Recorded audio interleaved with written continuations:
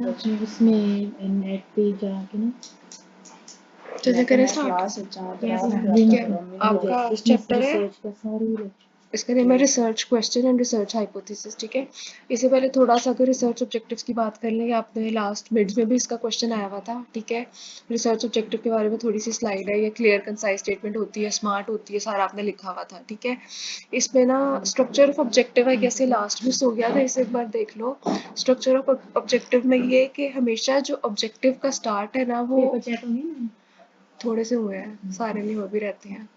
मैं बीमार हो गई थी, मैं हॉस्पिटल एडमिट थी। क्या हुआ? वीकनेस हो गई थी बहुत ज्यादा। इसलिए अब वीक लग भी रही है। हाँ, अच्छा ऑब्जेक्टिव्स का देख लो कि ना हमेशा किससे वर्ब से स्टार्ट होते हैं। मतलब आपका अगर मैं सिलेबस की भी बात करूँ ना, इसमें लिखा होगा the objectives of the study are, या फिर ये देखो at the completion of the course students will be able to. ठीक है, एंड हमेशा टू पे होता है और कोलोन पे एंड होता है।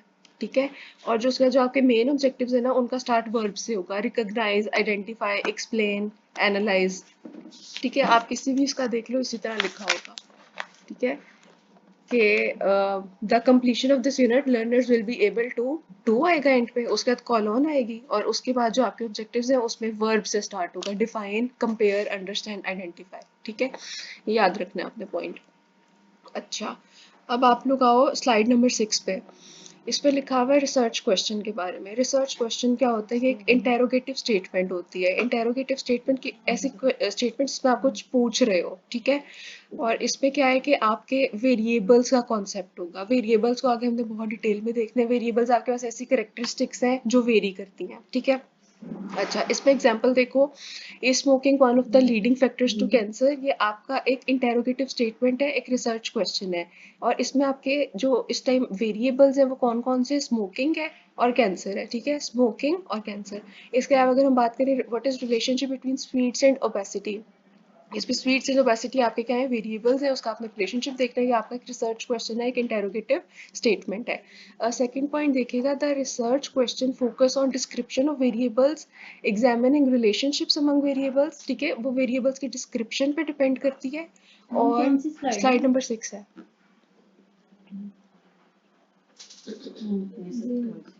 रिसर्च क्वेश्चन वाली। ठीक है, डिस्क्रिप्शन ऑफ वेरिएबल्स पे डिपेंड करती है, उन दोनों वेरिएबल्स के दरमियान क्या रिलेशनशिप है। ठीक है, उस पर डिपेंड करती है, मतलब ये चीज़ आप आइडेंटिफाई करते हो, और ये डिटरमाइन करती है कि दो या दो से ज़्यादा ग्रुप्स हैं या दो या दो से ज़्यादा वेरिएबल्स हैं, उनमें क्या डिफरेंस होगा। ठीक है, नेक्स्ट आ जाओ वेरिएबल्स पे। वेरिएबल्स क्या है, these are the qualities, properties या characteristics of a person, thing और सिचुएशन विच कैन वेरी, जो वेरी कर सकती हैं। ठीक है, इसमें आपको पता है डिस्क्रिप्टिव वेरिएबल्स होते हैं। डिस्क्रिप्टिव वेरिएबल्स वो होते हैं जो किसी की कैरेक्टरिस्टिक को डिस्क्राइब करते हैं। ठीक है, जिस तरह आपकी एज है, आपका जेंडर है, आपकी हाइट है, ये सारे डिस्क्रिप्टिव वेरिएबल्स है।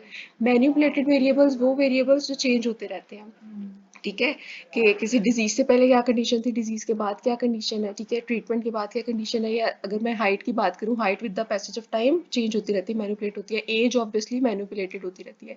इसके अलावा कंट्रोल्ड वेरिएबल्स, कंट्रोल्ड वेरिएबल्स जब आप कोई भी एक्सपेरिमेंट परफॉर्म करते हो, उसमें आप एक कंट्रोल ग्रुप रखते हो। कंट्रोल ग्रुप में ये होता है कि आप उसे कोई ट्रीटमेंट नहीं देते। ठीक है, और जो आपका एक्सपेरिमेंटल ग्रुप होता है उसमें आप वेरिएबल्स को चेंज करते हो। ठीक है, और फिर उसमें आप ट्रीटमेंट भी देते हो।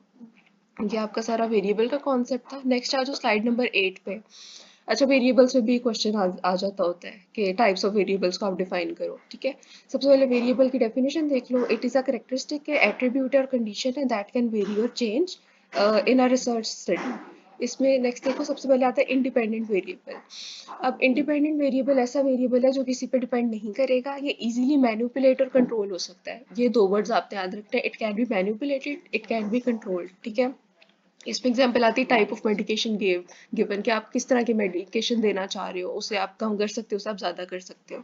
डिपेंडेंट वेरिएबल हमेशा डिपेंड करता है किस पे, इंडिपेंडेंट वेरिएबल पे।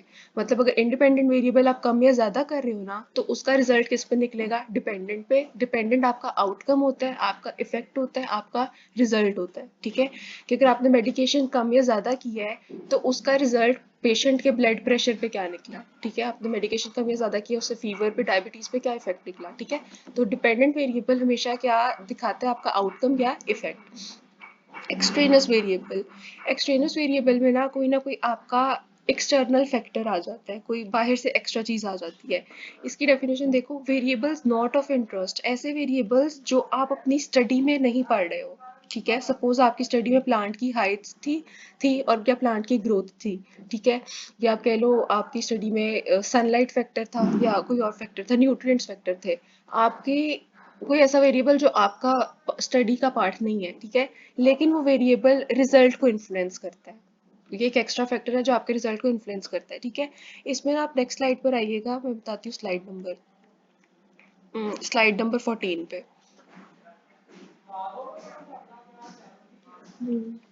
स्लाइड नंबर 14 में देखो, अगर हम ये देखना चाह रहे हैं, you want to see if studying more, कि ज़्यादा पढ़ने से यू गेट बेटर मार्क्स और नॉट, आपके बेटर मार्क्स आते हैं या नहीं। ठीक है, अच्छा नेक्स्ट स्लाइड भी देखिएगा, स्लाइड नंबर 15। इसमें ना एक टेबल है, 3 तरह के ग्रुप्स हैं, तीनों को टाइम सेम दिया गया 5 आवर्स पढ़ने के लिए। ठीक है, अब एक ग्रुप को दिया गया क्वाइट रूम, दूसरे ग्रुप को दिया गया लाउड हाउस। ठीक है, और तीसरे ग्रुप में ये है कि वहां पे बीमार लोग हैं। ठीक है, अब उनके स्कोर्स में देखो वेरी कर रहे हैं स्कोर्स, क्वाइट रूम के स्कोर ज्यादा है, लाउड के उससे कम है, और सिक के सबसे कम है। ठीक है, अब यहाँ पे देखो सारे स्टूडेंट्स को पढ़ने के लिए टाइम सेम मिला था, लेकिन स्कोर उनका डिफरेंट है। ठीक है, तो यहाँ पे आपका एक्सट्रेनस वेरिएबल कौन सा होगा? नॉइज। ठीक है, क्वाइट रूम में नॉइज नहीं होगी, लाउड हाउस में नॉइज होगी। सिकनेस है, स्ट्रेस है, स्लीप है, ये सारे कोई एक्सटर्नस वेरिएबल्स हो सकते हैं जो आपकी रिजल्ट को, आपके आउटकम को चेंज कर रहे हैं। ठीक है, और इसमें बाकी वाली एग्जांपल है, दोबारा से स्लाइड नंबर 14 पर आओ। इसमें क्या लिखा हुआ है, if a doctor is studying a medicine, other things can change the result. मतलब डॉक्टर ने ये देखना है कि मेडिसिन इफेक्ट कर रही है या नहीं कर रही पेशेंट को। ठीक है, लेकिन हो सकता है कि पेशेंट की हेल्थ पे उसकी डाइट का इफेक्ट हो रहा, उसकी स्लीप का इफेक्ट हो रहा। तो डाइट और स्लीप जो होंगी या स्ट्रेस वगैरह जो होगा, ये एक्सट्रेनस वेरिएबल है। ठीक है, क्लियर हो गया पॉइंट? ठीक है, अच्छा वापस से स्लाइड नंबर 8 पर आ जाओ। एक्सट्रेनस के बाद हमारे पास आ जाते हैं डेमोग्राफिक वेरिएबल्स। डेमोग्राफिक आप लोगों को पता होगा, जिसमें आप पॉपुलेशन रिलेटेड चीजें देखते हो। ठीक है, तो वो वाली करेक्टरिस्टिक्स जो आपकी डेमोग्राफी में अवेलेबल है, कि एक सोसाइटी में सोसाइटी के लोगों की क्या एज है, ठीक है, उनका जेंडर क्या है, एजुकेशन के क्या हालात हैं, सोशो इकोनॉमिक स्टेटस क्या है। ठीक है, डेमोग्राफिक वेरिएबल्स होते हैं। अच्छा लास्ट में कंफाउंडिंग वेरिएबल्स, कंफाउंडर्स का कॉन्सेप्ट भी आपने पढ़ा था लास्ट स्लाइड्स में, जिसमें स्मोकिंग और लंग कैंसर वाला कॉन्सेप्ट था। ठीक है, और आइसक्रीम और हॉट वेदर वाला था। ठीक है, ये कंफाउंडिंग वेरिएबल्स है। इसकी देख लो example, a type of extraneous variable, ये एक्सट्रेनस वेरिएबल की ही टाइप है। क्यों? क्योंकि एक एक्सटर्नल फैक्टर इफेक्ट कर रहा होता है। ठीक है, that distorts the true relationship, जो कोई ट्रू रिलेशनशिप है ना, उसे डिस्टॉर्ट कर रहा है between independent and dependent variables का। ठीक है, इसमें भी मैंने ना कंफाउंडिंग वेरिएबल्स में वही वाली जो चीजें थी आइसक्रीम वाली, और वो दोबारा से आगे एक्सप्लेन की हुई है फर्दर स्लाइड्स में। इसमें एक और एग्जांपल आगे आएगी एस्बेस्टोस की, उसे भी हम देखते हैं अभी। अच्छा नेक्स्ट आ जाओ, डिस्क्रिप्टिव वेरिएबल्स थोड़ा सा डिफाइन किया गया स्लाइड नंबर 9 पे। ठीक है, इसमें डेफिनेशन याद रख लो, any variable use to describe the characteristic of data और पार्टिसिपेंट, जो उसके कैरेक्टरिस्टिक्स को डिफाइन करेंगे, एज जेंडर हाइट वेट सारे के आपके क्या है डिस्क्रिप्टिव है। इसमें आपकी पर्सनल इन्फॉर्मेशन भी इंक्लूड हो सकती है। डेमोग्राफिक वेरिएबल्स आगे फर्दर उसे थोड़ा डिटेल में बताया हुआ, उसमें आपका एज जेंडर डायग्नोसिस, अगर आपको कोई बीमारी है, ठीक है, वो भी इसमें आ जाती है। नेक्स्ट डेमोग्राफिक, और इसमें आपका मैरिटल स्टेटस, एजुकेशन, की सारी चीज़ें आपने देख लेनी है। अब आ जाओ इंडिपेंडेंट और डिपेंडेंट पे। ठीक है, स्लाइड नंबर 12 है। Independent, it can be manipulated, it cause an effect और change in the dependent variable. खुद ये किसी चीज पे डिपेंड नहीं करता, लेकिन चेंज किसको कर देगा? डिपेंडेंट वेरिएबल को। डिपेंडेंट वेरिएबल पे कोई ना कोई कॉज देता है, वहां पे कोई ना कोई इफेक्ट देता है। ठीक है, नेक्स्ट आ जाओ डिपेंडेंट पे। डिपेंडेंट इफेक्ट होता है, किससे इफेक्ट होता है? इंडिपेंडेंट से। What changes because of it, कि इंडिपेंडेंट अगर मैनिपुलेट करो तो उसमें क्या चेंजेस आ जाएंगी डिपेंडेंट में। ठीक है, the variable that is changed और effected by the independent variable can also be called the outcome. इसको आप आउटकम भी कह सकते हो। एग्जाम्पल देखो, what is the effect of daily exercise on glucose levels. Daily exercise का ग्लूकोज लेवल्स पे क्या इफेक्ट है, स्पेशली अगर आप टाइप 1 डायबिटीज में उसे देखना चाह रहे हो। ठीक है, तो डेली एक्सरसाइज आपकी यहाँ पे क्या हो जाएगी? इंडिपेंडेंट होगी, ग्लूकोज लेवल्स डिपेंडेंट होंगे। ग्लूकोज लेवल्स किस पे डिपेंड करेंगे? आपकी एक्सरसाइज पे। नेक्स्ट आज एक्सट्रेनियस वेरिएबल में इसकी डेफिनेशन, वेरिएबल्स दैट में इफेक्ट द रिसर्च आउटकम, ठीक है। इसमें सेकंड पॉइंट मोस्ट इंपॉर्टेंट है, they can interfere with the relationship between independent and dependent. Extraneous variable जो आपका इंडिपेंडेंट और डिपेंडेंट वेरिएबल का रिलेशनशिप है उसमें इंटरफेयर करते हैं, मतलब आउटकम को चेंज कर सकते हैं। अच्छा, extraneous variables are other influences in your patient's lives that can affect the results। वही बात हो गई कि आउटकम को चेंज कर रहे हैं पेशेंट्स की लाइफ में। नेक्स्ट इसमें एग्जांपल्स है कॉस्ट ऑफ हेल्थ केयर और ट्रीटमेंट, कि एक पेशेंट ट्रीटमेंट ले रहा है लेकिन वो उस चीज़ को अफोर्ड कर सकता है नहीं कर सकता, कितनी कॉस्ट आती है कितनी कॉस्ट नहीं आती, मतलब उसका कमाने का जरिया क्या है, ये चीज़ डिपेंड करती है, ये एक्सट्रेनियस फैक्टर आ जाता है। ट्रांसपोर्टेशन, अगर पेशेंट को कोई मसला हुआ है तो वो कितनी इजीली हॉस्पिटल पहुंच सकता है, ट्रांसपोर्टेशन के उसके पास वसाइल है या नहीं है, तो ये भी एक्सट्रेनियस फैक्टर आ जाता है। लिटरेसी, आप कितने एजुकेटेड हो डिजीज को लेके, ये भी इसमें आ जाता है। बाकी health care system, family dynamics आ जाती हैं, ठीक है। नेक्स्ट आपने आना है स्लाइड नंबर 16 पे, दोबारा से ये चीज़ थोड़ी एक्सप्लेन की हुई है ताकि आपको समझ आ जाए इजीली, ठीक है। इसमें यही बात करनी है आपने। सेकंड पॉइंट देखो, they may influence the outcome but are not necessary related to the independent variable. ये इंडिपेंडेंट वेरिएबल से रिलेट नहीं करते, इन्होंने चेंज किसको करना है, डिपेंडेंट को, एक्सट्रेनियस के, ठीक है। ये पॉइंट याद रखना है। अच्छा, नेक्स्ट आ जाओ कंफाउंडिंग पे। कंफाउंडिंग स्लाइड नंबर 17 है। कंफाउंडिंग वेरिएबल एक इंडिपेंडेंट वेरिएबल है और एक्सट्रेनियस की टाइप है that distorts the association between another independent variable, ठीक है। मतलब दूसरे इंडिपेंडेंट वेरिएबल को चेंज कर सकता है and the problem under study and it is related to both. ये डिपेंडेंट पे भी इफेक्ट करता है, इंडिपेंडेंट पे भी करता है।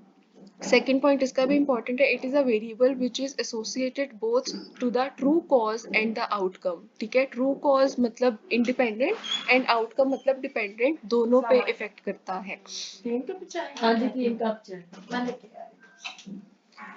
नेक्स्ट आओ extraneous variables that are not recognized until the study is in progress, ठीक है। मतलब जब तक स्टडी प्रोग्रेस में तब तक रिकग्नाइज नहीं होते, लेकिन और are recognized before the study is initiated but can not be fully controlled. इन्हें आप कंट्रोल नहीं कर सकते हो, ये कोई ना कोई असर छोड़ते ही हैं, ठीक है। इसके एग्जाम्पल आगे हम डिटेल में देखते हैं।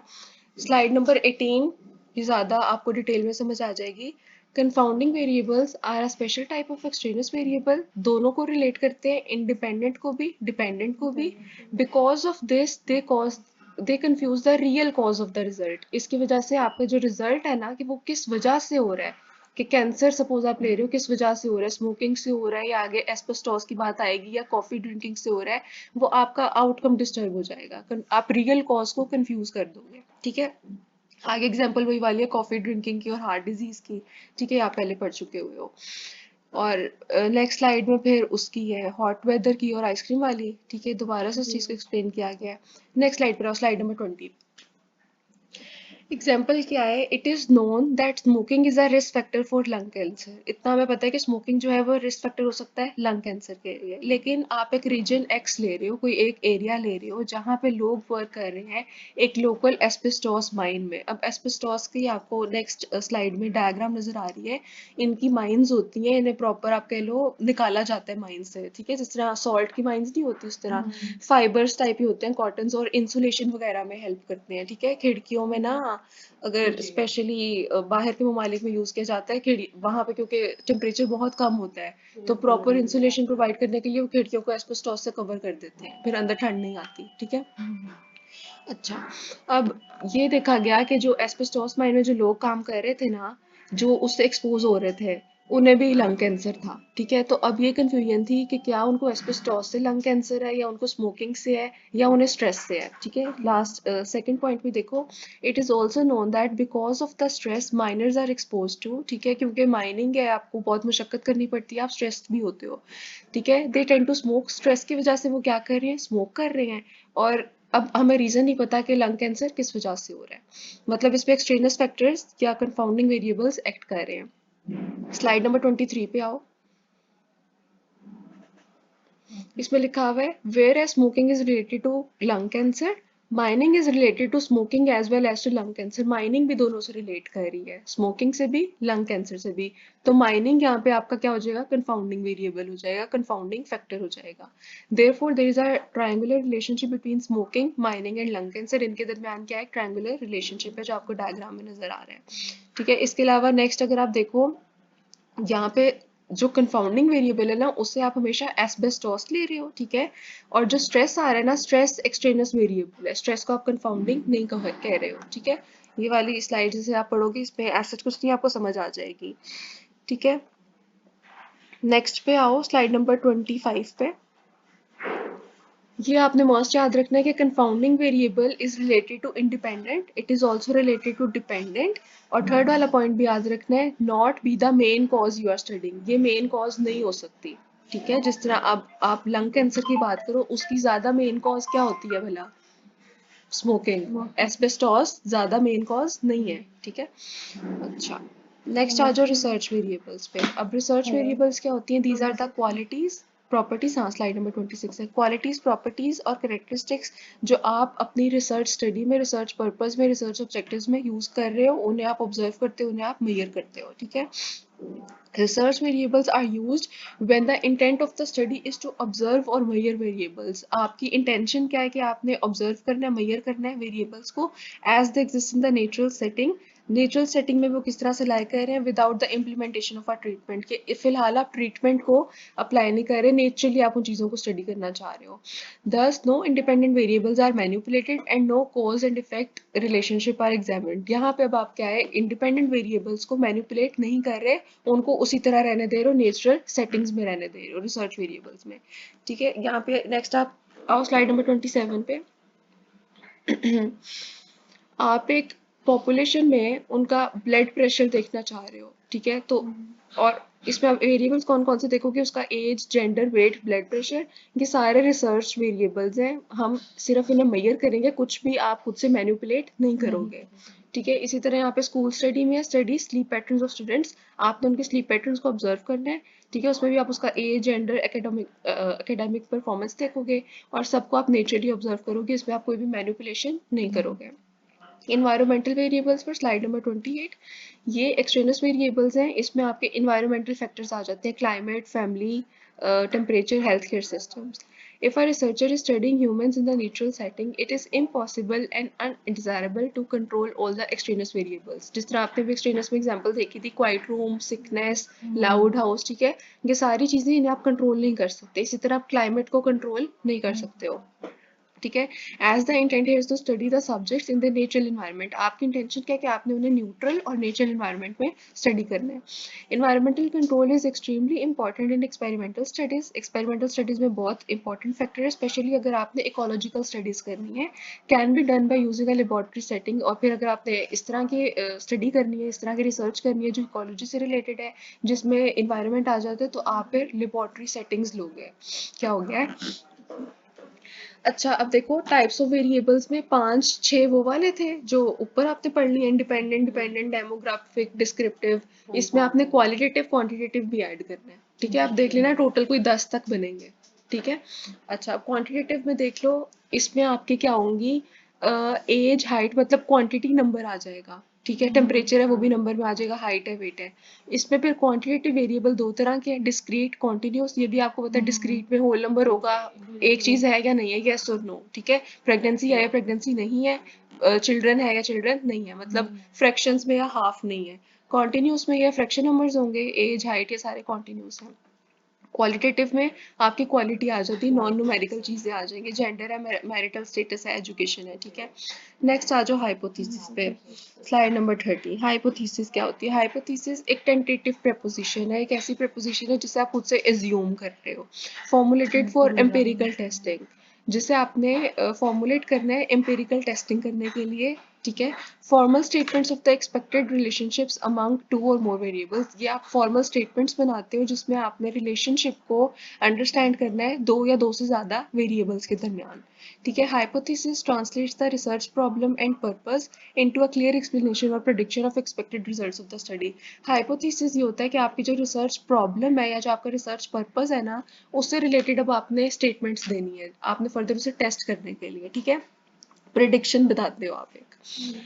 अच्छा, नेक्स्ट यहाँ पे आ जाओ। क्वांटिटेटिव रिसर्च में जो हाइपोथेसिस है ना, it only leads to the hypothesis testing research. इसमें आपने सिर्फ हाइपोथेसिस को टेस्ट करना है। क्वालिटेटिव में आप हाइपोथेसिस इसे ये एमसीक्यू पॉइंट ऑफ व्यू से इंपॉर्टेंट है कि पहले वाली क्वांटिटेटिव क्या है, हाइपोथेसिस टेस्टिंग रिसर्च है, और क्वालिटेटिव क्या है, हाइपोथेसिस जनरेटिंग रिसर्च है। अच्छा, what is research hypothesis? Research hypothesis assumption है या स्टेटमेंट ऑफ रिलेशनशिप है। अब वो रिलेशनशिप या कंपैरिजन हो सकता है, या एसोसिएशन हो सकता है, या कॉज इफेक्ट रिलेशनशिप हो सकता है, मतलब इंडिपेंडेंट डिपेंडेंट वेरिएबल वाला रिलेशनशिप हो सकता है, ठीक है। अच्छा, नेक्स्ट आ जाओ स्लाइड नंबर 33 पे। अब ना हाइपोथेसिस की भी टाइप्स होती है। सिंपल हाइपोथेसिस होती है, कॉम्प्लेक्स होती है, नल होती है, ऑल्टरनेटिव होती है। सिंपल हाइपोथेसिस जो होती है ना, ये सिर्फ दो वेरिएबल्स के दरमियान रिलेशनशिप बताती है। कॉम्प्लेक्स हाइपोथेसिस में आपके पास तीन या उससे ज्यादा वेरिएबल्स होते हैं, मतलब दो से ज्यादा होते हैं, मल्टीपल वेरिएबल्स होते हैं। नेक्स्ट आपका आता है ऑब्जेक्टिव है difference between simple and complex hypothesis, ठीक है। कि इसका डिफरेंस देख लो, डेफिनेशन वही है कि सिंपल में क्या है कि वन इंडिपेंडेंट वेरिएबल है, वन इंडिपेंडेंट है, और इसमें क्या होगा कि इसमें मल्टीपल वेरिएबल्स इन्वॉल्व होंगे। एग्जांपल देखो, regular exercise improves blood pressure, दो चीजें हैं, एक एक्सरसाइज है, एक ब्लड प्रेशर है। कॉम्प्लेक्स में देखो, regular exercise and low sodium diet, दो चीजें आ गई। Reduce blood pressure and cholesterol levels, इनका इफेक्ट आप ब्लड प्रेशर पे भी देख रहे हो, कोलेस्ट्रॉल पे भी देख रहे हो, मतलब चार तरह के वेरिएबल्स देख रहे हो आप इसमें, तो ये कॉम्प्लेक्स हो गया। अच्छा, नल वर्सेस रिसर्चर। नल हाइपोथेसिस में ये होता है कि आप कहते हो कि जो आप रिलेशनशिप देखना चाह रहे हो ना, इंडिपेंडेंट और डिपेंडेंट का, ठीक है। एक्सरसाइज या ग्लूकोज लेवल की बात कर लो, आप ये कहो कि दोनों का आपस में कोई डिफरेंस नहीं है, ठीक है, ये चीज इफेक्ट ही नहीं करती। दिस इज द नल, जिसमें आप चीज को कहते हो कि या तो वो सेम रेट पे है या इफेक्ट ही नहीं कर रही, ठीक है। नल हाइपोथेसिस में आप ये प्रिडिक्शन लगाते हो that there will be no statistically significant difference और relationship between the independent and dependent variable, कि कोई उनके दरमियान डिफरेंस नहीं है। Null hypothesis can be simple और कॉम्प्लेक्स, एसोसिएटिव और कॉजल, ठीक है। सिंपल हो सकती है, कॉम्प्लेक्स हो सकती है, एसोसिएटिव हो सकती है, कॉजल हो सकती है। अच्छा, एग्जांपल देखो, there will be no confirmable difference in examination scores between those who arrive early at class and those who skip the class, के मतलब इनके दरमियान कोई डिफरेंस नहीं है। वो वाले बच्चे जो क्लास में जल्दी आ रहे हैं, वो वाले बच्चे जो क्लास को स्किप कर रहे हैं, इनका अगर आप एंड रिजल्ट देखो और आप ये कहो कि उनके एग्जामिनेशन स्कोर में कोई डिफरेंस नहीं है, ये आपकी हाइपोथेसिस है। अभी आपको ये नहीं पता ये सही हो सकती है या गलत हो सकती है, वो आप टेस्ट के बाद पता चलेगा, ठीक है। नेक्स्ट आओ रिसर्च हाइपोथेसिस पे, slide number 36। It is the alternative hypothesis to the null hypothesis and states the relationship exist between two और मोर वेरिएबल्स। वही वाली बात हो गई कि दो या दो से ज्यादा वेरिएबल्स को आपने स्टडी करना है। अच्छा, null hypothesis can be simple, complex, simple हो सकती है, कॉम्प्लेक्स, एसोसिएटिव, वही वाली बात है, एसोसिएटिव है या कॉजल है। इसमें एक और पॉइंट ऐड हो गया, नॉन डायरेक्शनल और डायरेक्शनल। नॉन डायरेक्शनल का ये मतलब है आपको नहीं पता, ये चीज ना हम आगे भी डिस्कस करेंगे।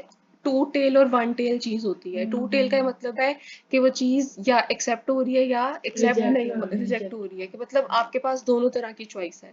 वन टेल में ये होता है कि एक डायरेक्शन में चीज होती है, ठीक है, राइट या लेफ्ट में, ठीक है।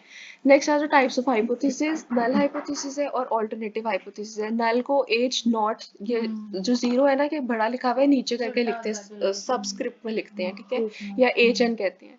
And it is pronounced as, यहाँ पे एच ओ लिखा हुआ है, इसे एच नॉट ही पढ़ते हैं, ठीक है, एंड एच नल, ठीक है। और ऑल्टरनेटिव एच वन या एच ए से इंडिकेट करते हैं इसको। अच्छा, एग्जाम्पल्स में आ जाओ। एच नॉट के एग्जाम्पल में ये देखो क्या लिखा हुआ है, mails and female participate in academic extra curricular activities at the same rate. Same rate है मतलब आप क्या कहोगे कि स्टैटिस्टिकल डिफरेंस नहीं है, ये नल हाइपोथेसिस की एग्जाम्पल है, समझ आ रही है, ठीक है।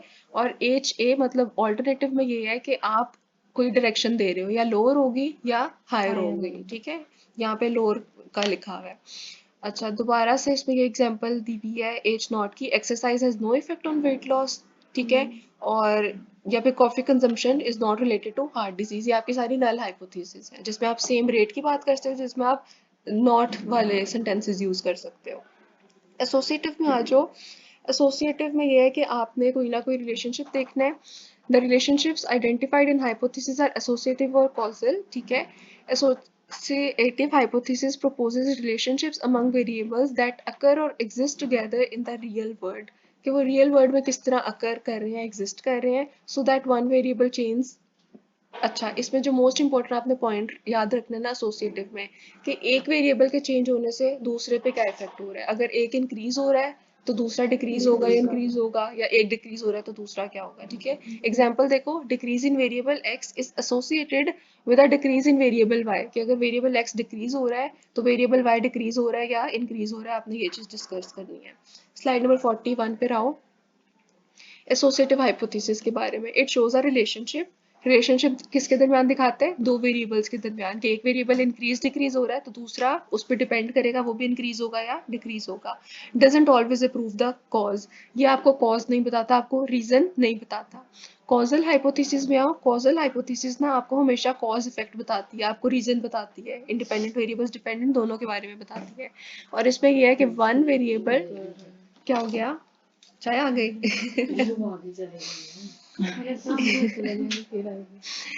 अच्छा, कॉजल में ये one variable directly causes change in other, इसमें यह है कि वो डायरेक्टली उसे चेंज कर रहा है। अच्छा, एसोसिएटिव के आगे दोबारा से एग्जांपल है, इससे आप पढ़ के देख लेना क्या लिखा हुआ है, कि डिक्रीज इन कैलोरिक इनटेक। अगर कैलोरीज का इनटेक आप डिक्रीज कर रहे हो तो उसका वेट से क्या लेंगे, एक मिडिल एज मैन में उसका वेट कम होगा या ज्यादा होगा। ठीक है, this is the associative hypothesis.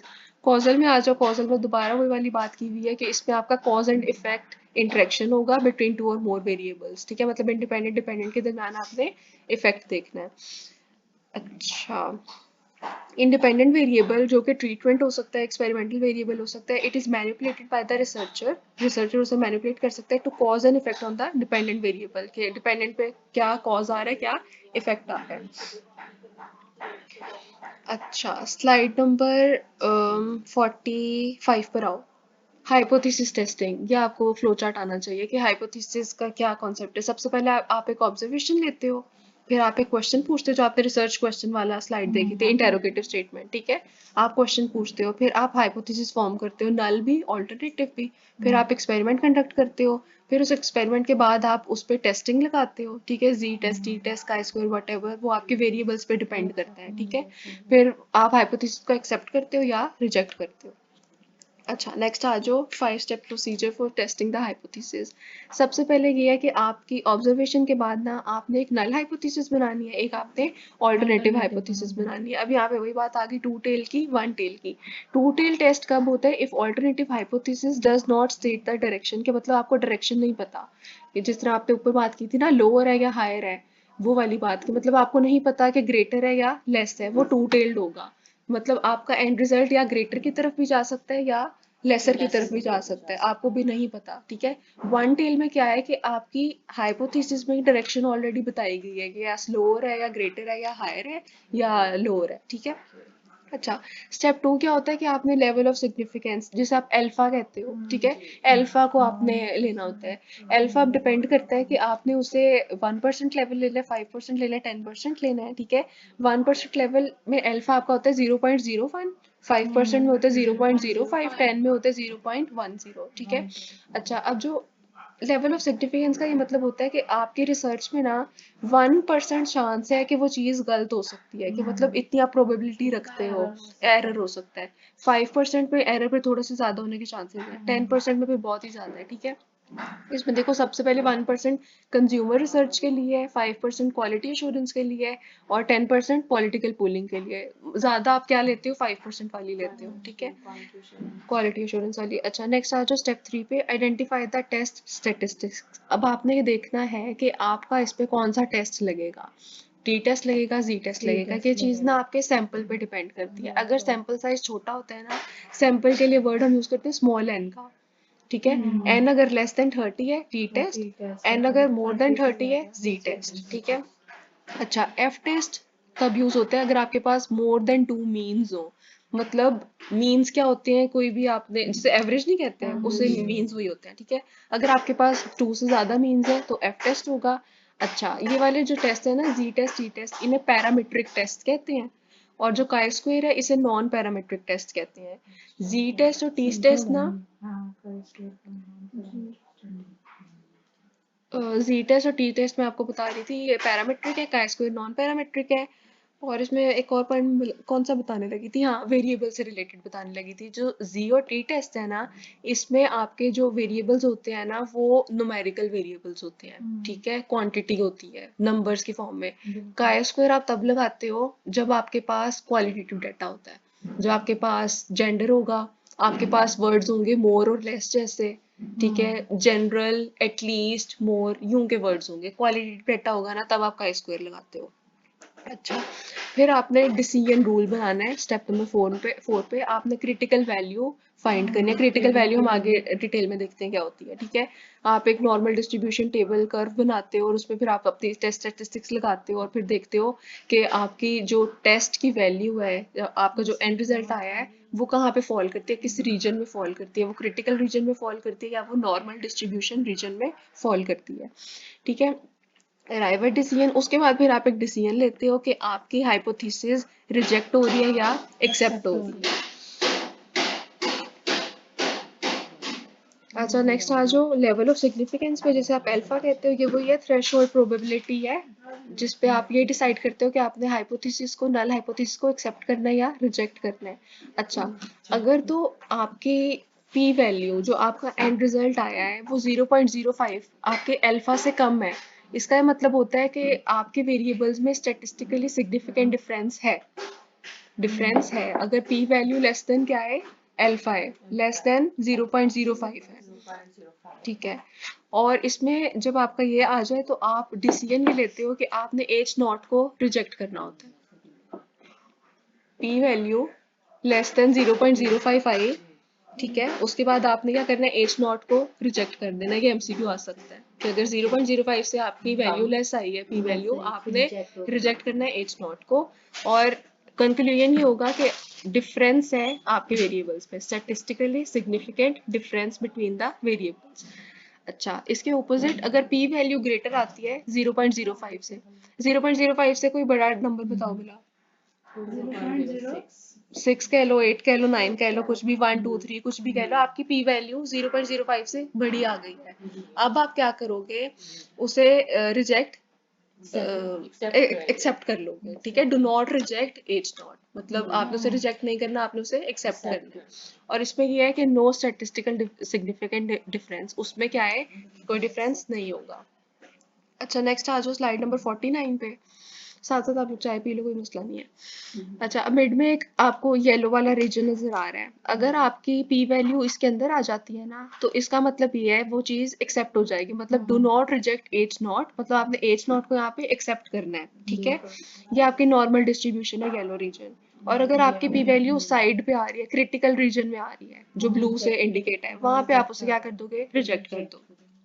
अच्छा, क्रिटिकल वैल्यू के नीचे डेफिनेशन लिखी हुई है, ये एक ऐसा पॉइंट है on the distribution of a test statistic under the null hypothesis that defines a set of value that call for rejecting the null hypothesis। मतलब आपकी ऐसी वैल्यू जिस पे ये डिसाइड होगा कि इसके बाद अगर कोई वैल्यू आ रही है, आपकी हाइपोथेसिस रिजेक्ट हो जाएगी, रिजेक्शन रीजन में चली जाएगी या क्रिटिकल रीजन में चली जाएगी। वो वैल्यू कौन सी होती है, क्रिटिकल वैल्यू।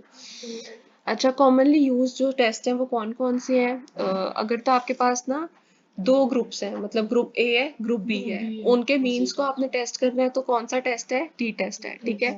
अच्छा, अब टी टेस्ट में भी ना आगे दो तरह के होते हैं, एक होता है सिंपल होता है, एक पेयर्ड होता है, टू सैंपल होता है, ठीक है। इसकी डिटेल में आपको दोबारा कराऊंगी, मतलब ये अभी बहुत लेंथी हो गया था, टी टेस्ट में आपको कराऊंगी नेक्स्ट क्लास में, ठीक है। इसके अलावा ये होता है कि अगर दो या दो से ज्यादा ग्रुप्स हैं तो आप अनोवा भी यूज करते हो, इसे एनालिसिस ऑफ वेरिएंस कहते हैं, ठीक है। अच्छा, अब अगर आपके पास कैटेगोरिकल डाटा होगा, नॉमिनल ऑर्डिनल, ठीक है, उसमें ये है कि आपने काई स्क्वायर या फिशर टेस्ट को यूज करना है।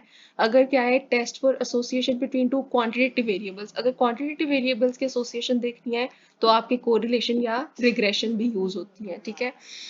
नेक्स्ट आ जाओ P value and hypothesis. P value वही है कि आपका क्या एंड रिजल्ट निकला है, ठीक है। पी वैल्यू आपकी नॉर्मल डिस्ट्रीब्यूशन में आती है, आपके क्रिटिकल रीजन में आती है, इस पे डिपेंड करेगा आपका रिजल्ट, ठीक है। P value greater than alpha होगी, अल्फा क्या है अब, लेवल ऑफ सिग्निफिकेंस, और वो डिपेंड करता है आपने अपने रिसर्च में 0.05 लिया हुआ है, 0.01 लिया हुआ है, उस पर डिपेंड करेगा, ठीक है।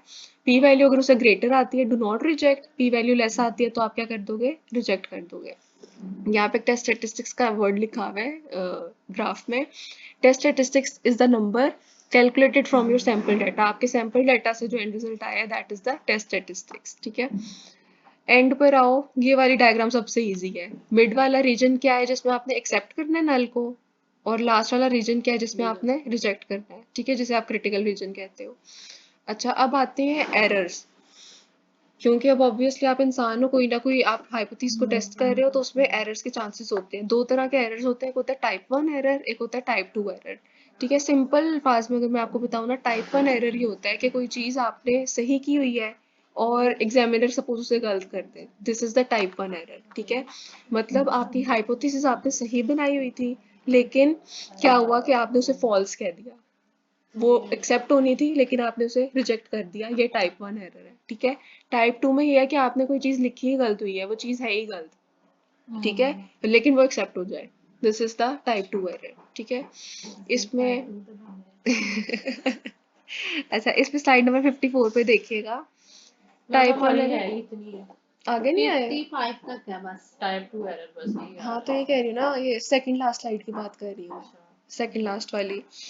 इसमें इस तरह देख लो, टाइप 1 एरर के फॉल्स अलार्म में एग्जांपल देखो, fire alarm goes off, you think there is fire, everyone runs, लेकिन कि मतलब अलार्म बोला, ठीक है, आप लोगों को लगा कि हो सकता है आग लग गई हो, ठीक है, और वहां से हर कोई भागना शुरू हो गया, लेकिन एंड रिजल्ट क्या था कि वो फायर अलार्म इस वजह से बोला कि स्मोकिंग, आप कुकिंग कर रहे थे, उसकी वजह से जो स्मोक आई, उसकी वजह से अलार्म बोलना स्टार्ट हो गया। मतलब असली में फायर अलार्म स्मोक की वजह से नहीं बोला, ठीक है। तो मतलब इतना बस याद रखना है, टाइप 1 एरर कब होता है कि जब आप नल हाइपोथेसिस को क्या कर दो, एक्सेप्ट कर लो, ठीक है। यही बात हो रही थी ना कि आपने सही नहीं, आप उसे रिजेक्ट सही कर है दो, सही आप जब उसे जिस रिजेक्ट चीज कर को, दोगे, हाँ, ठीक है, और उसको आप रिजेक्ट कर रहे रिजेक्ट हो कर तो वो दोगे, टाइप टाइप 1 1 है। हाँ, लेकिन आपने उसको हाँ, रिजेक्ट ट्रूथ किया, आपने उसे रिजेक्ट कर दिया। और इस तरह टाइप 2 में ये है कि वो वो नहीं, गलत था, गलत है फॉल्स और था, उसे एक्सेप्ट किया, एक्सेप्ट कर लिया, तो वो ठीक है। टाइप 2 है। इसके भी एग्जांपल फाइलाम वाली लिखनी नहीं है, सिर्फ आप लोगों की उसकी अंडरस्टैंडिंग के लिए, ठीक है। बाकी यही है सारा। इसकी अभी थोड़ी डिटेल्स हम और करेंगे जी टेस्ट और टी टेस्ट वाली, ठीक है।